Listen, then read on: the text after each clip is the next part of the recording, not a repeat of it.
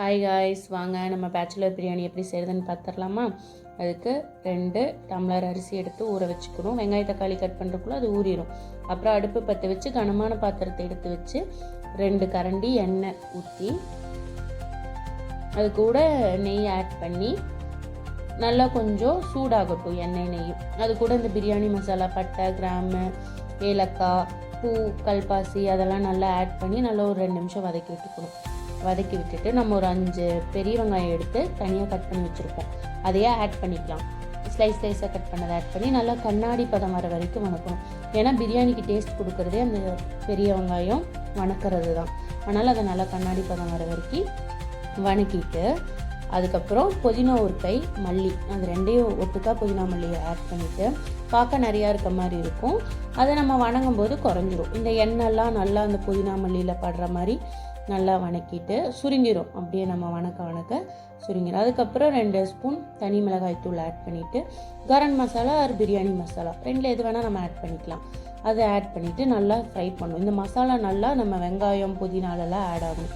அது கூடயே இஞ்சி பூண்டு பேஸ்ட்டையும் நம்ம ஆட் பண்ணி அதை நல்லா அந்த பச்சை வாசம் போகிற வரைக்கும் வணக்கணும். வணக்கினா தான் நம்மளுக்கு நல்ல ஒரு ஸ்மெல் கிடைக்கும்.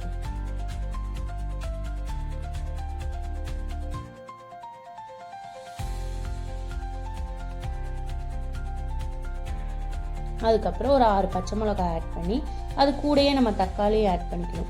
தக்காளி ஆட் பண்ணி நல்லா நம்ம வணக்கணும். நல்லா இந்த எண்ணெய்லாம் மிக்ஸ் ஆகிற மாதிரி வணக்கிட்டு தயிர் கூட ஆட் பண்ணிவிட்டு இப்போ தான் நல்லா நம்ம செமி கிரேவி மாதிரி ஃப்ரை பண்ணணும்.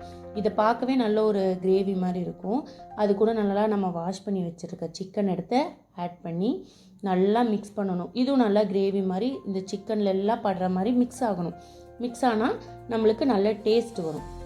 நல்லா மிக்ஸ் ஆகி இந்த மாதிரி இருக்கணும் கைஸ், பார்த்துக்கோங்க. அது கூட நல்லா வணங்கினதுக்கப்புறம் 2 டம்ளர் அரிசிக்கு 4 டம்ளர் தண்ணி ஊற்றி நல்லா இது பண்ணணும், கலரி விடணும். கலரி விட்டுட்டு உப்பு ஆட் பண்ணி கொதி வந்ததுக்கப்புறம் நல்லா இந்த மாதிரி கொதிக்கணும். கொதிச்சதுக்கப்புறம் நம்ம கழுவி வச்சுருக்கிறத அரிசி எடுத்து ஆட் பண்ணிக்கணும். ஆட் பண்ணதுக்கப்புறம் நல்லா மிக்ஸ் பண்ணி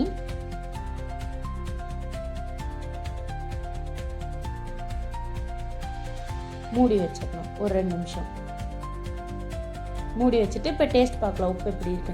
உப்பு எப்படி இருக்கணும்னா நம்ம அரிசி தண்ணியில் டேஸ்ட் பார்க்கும்போது கொஞ்சம் ஜாஸ்தியாக இருக்கணும் உப்பு. அப்படின்னா தான் அது நம்மளுக்கு வெந்து வரும்போது கரெக்டாக இருக்கும். லெமனை புழிஞ்சு தம் வச்சிடலாம்.